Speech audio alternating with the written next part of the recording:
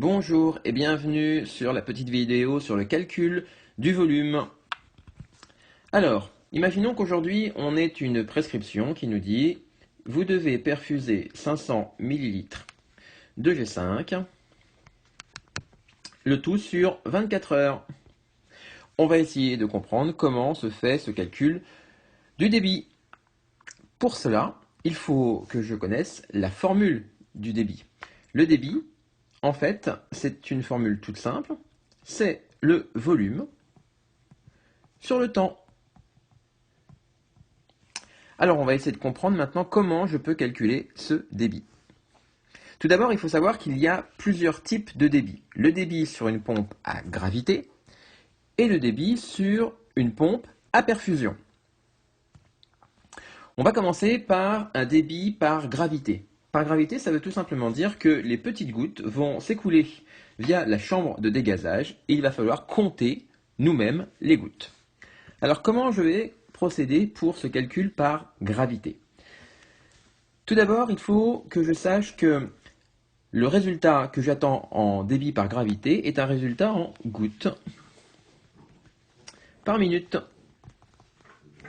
Si je veux un résultat en gouttes par minute, il va falloir que je convertisse mon volume de 500 ml en gouttes et mon temps en heures, mes 24 heures, en minutes.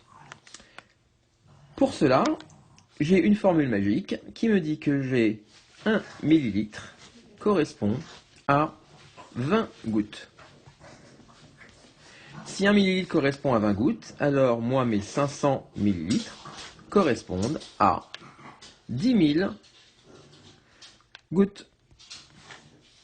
Je sais donc que dans ma poche de 500 ml, j'aurai 10 000 gouttes. Maintenant, pour le temps, je sais que 1 heure correspond à 60 minutes.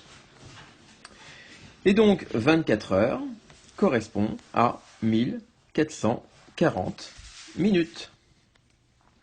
Une fois que je sais que j'ai 10 000 gouttes et 1440 minutes, je vais pouvoir faire mon calcul de débit.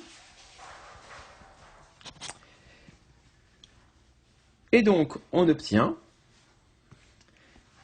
10 000 divisé par 1440 et on a un débit à 6,9 gouttes par minute.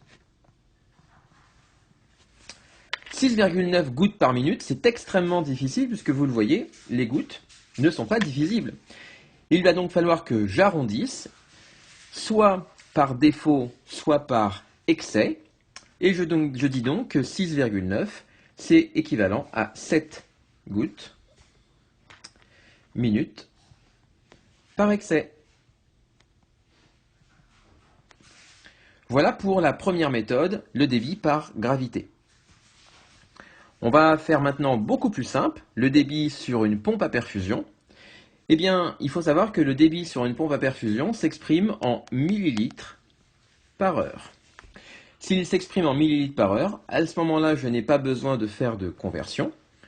J'ai donc 500 millilitres divisé par 24 heures, qui est égal à 20,83 millilitres par heure. Je vais donc pouvoir régler sur ma pompe à perfusion, ici, un volume à 20,83 millilitres par heure si j'ai la possibilité de pouvoir mettre un chiffre derrière la virgule. Si je ne peux pas mettre de chiffre derrière la virgule, je vais régler sur ma pompe à perfusion, à ce moment-là, l'arrondi, c'est-à-dire 21 millilitres heure. Voilà, j'en ai terminé pour ces explications. Merci beaucoup.